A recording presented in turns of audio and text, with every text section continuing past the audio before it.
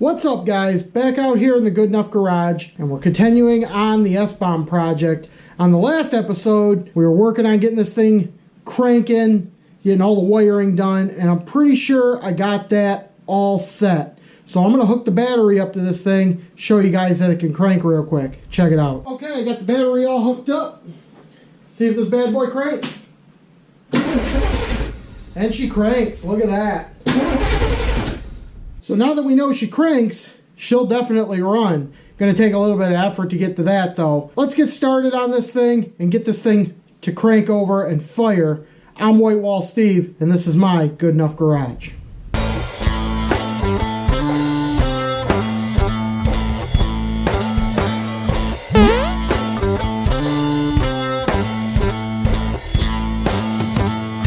So you guys are probably wondering how the wiring's all done, what wires went where, and all that stuff. So I'm going to pull you in real quick and show you everything that's going on with that before we get started on cleaning up the wire harness and working on getting this thing running. Alright guys, so don't mind this thing. It's kind of a mess with the wiring, but we haven't got anything cleaned up. Everything's just routed just so we can make sure everything worked before I button this harness up and make it look pretty. I did get my blower motor in, so that's good. My coil's mounted. So everything's pretty much wired. The only things that we don't have wired up right now are the speedometer and the tach, which we'll be getting to that in just a second because I'm going to be using the stock gauges, and I figured out a way to get that done thanks to the guys over at Dakota Digital. So I'll be going over to the bench and showing you that stuff in just a minute. I want to kind of walk you through what I did on the wiring. I used the stock plug and the stock harness. So that way, if you ever have to pull the motor out, all you do is unplug this and disconnect a couple other wires and you're coming out. This purple wire here, that's the starter wire. That wire is going into the same gauge here, this black wire, and then went to a red wire because I didn't have enough of this gauge purple, and red's just as good. That way it tells you exactly it's a hot. So we went from here, and that goes down to the starter. Then we got some other wires going on here. This wire here is going to the alternator, and I got it going to an orange wire. That's going to the alternator. This wire here is actually going to the tach, but we're going to have to splice into that to get that Dakota Digital system working. And then this tan wire is going to the oil pressure sender. And then this pink wire is also going to the oil pressure sender as the switched hot for that. This green wire here is going to the temp sensor, which is in the water neck, which is right down here. So that goes to this temperature sensor.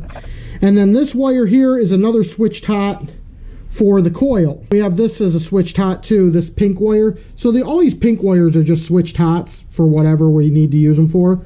And then this wire going into the dark green is for my electric choke on the carburetor. So everything's going in. The carburetor's not quite bolted down just yet. Got the blower motor in. These three grounds are for the blower motor stuff for these relays up here.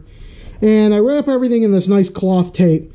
So we're going to go through this whole harness, wrap everything with cloth tape, make it look really nice, routed, so it's not all hodgepodge. So let's walk over to the bench and I'll show you guys what's going on with the speedometer and the tachometer. Okay, don't mind my messy bench, but we got the stuff for the speedometer and tachometer right here. It's these two main sensors and then an adapter to fit into the trans. This box here is part number SG1 100BT. That is an interface to basically calibrate the speedometer and the tachometer to work with the stock gauges. And then this sensor here, which goes into the trans for a speed sensor, is SEN 01-1. That's for a GM transmission sender package. So this will fit right into the Turbo 350. This piece will go into this here, and it's got this little adapter for the spinny doodle. So that right there will go like that, and then that'll spin into the transmission. And then this wiring will go to this box. And this box, it acts as an interface in order to calibrate it so it'll work with the stock components. And then that ran us $123.40 for those two sensors. It's almost as much as getting new gauges, but this way I can use the stock gauges. I don't have to worry about making a new gauge panel or any of that stuff, and it'll look really good and everything will work. And then I'm going to mount this on this panel here, which is an under dash panel on the passenger side.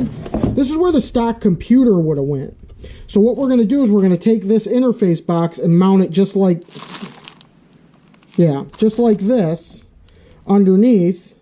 I'll make a nice little bracket to bolt this up to, and then that'll sit like that. And then that way, if you ever have to get to it, all you do is you drop this panel down, which it kind of comes down like that, and you'll be able to see it and calibrate everything, and then you can tuck it all nice and back up in there. I'm going to work on getting that done right now, and then once I get this all done, I got to route these wires, and then that way I can build them into that harness over there. So what do you say we get that put onto here and get it all nice and ready to go in?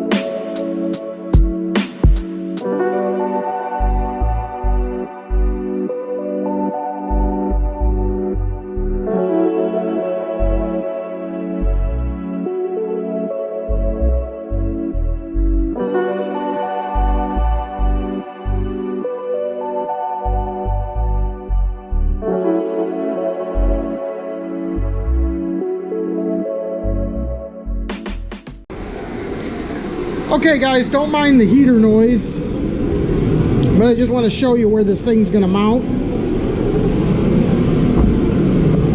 So here's the inside of the truck. This is the passenger side, and then this mounts under the dash like that. So you won't see it, it'll be covered under the dash, and then you'll be able to drop it down whenever you need to, and I'll make sure the wires are long enough, and then it'll be right there to calibrate the speedometer and the tachometer once we get this thing driving. Next up, I'm going to work on getting all of this buttoned up. So remember what this looks like, because we're going to clean all this up. I'm also going to get that sensor for the speedometer put in as well. So sorry about the heater noise, but it is kind of cold out here. So I'm going to go ahead, start getting this all buttoned up, and when I come back, this will be all set. So see you guys in just a second. I got the carburetor back on, got the wire harness all buttoned up, all nice and routed. I'm going to pull you guys in, show you everything I got going on with this, and then we're going to crank this thing up and see if it fires. So let's check this thing out. As you can see, I just got the battery kind of sitting here, got that all hooked up. Got to plug this guy back in. There we go. Got the carburetor on here, got my carb spacer in there. Vacuum lines are all hooked up, and any vacuum lines that aren't hooked up are plugged off because we still got to run this vacuum line for this. But the wiring's all set, and then I just got a fuel line running from here down to there. I don't even think this is the right fitting for this, so I'm going to have to get a new fitting. But going down to my gas can. This is not the proper way to do this, but want to make sure this thing runs before I go through all the work of putting in the fuel system and doing all that. So let's crank this thing up, see if she starts. Alright, so I got to get this door open because this thing's probably going to smoke like crazy.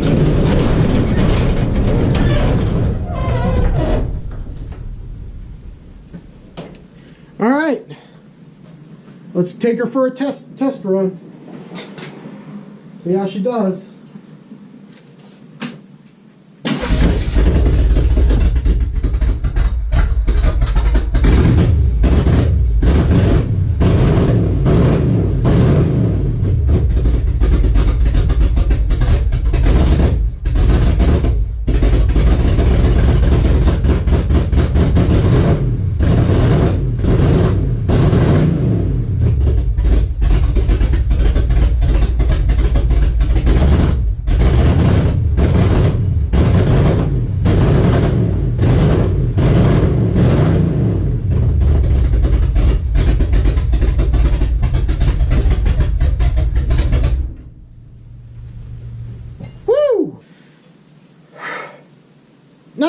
eyes are burning.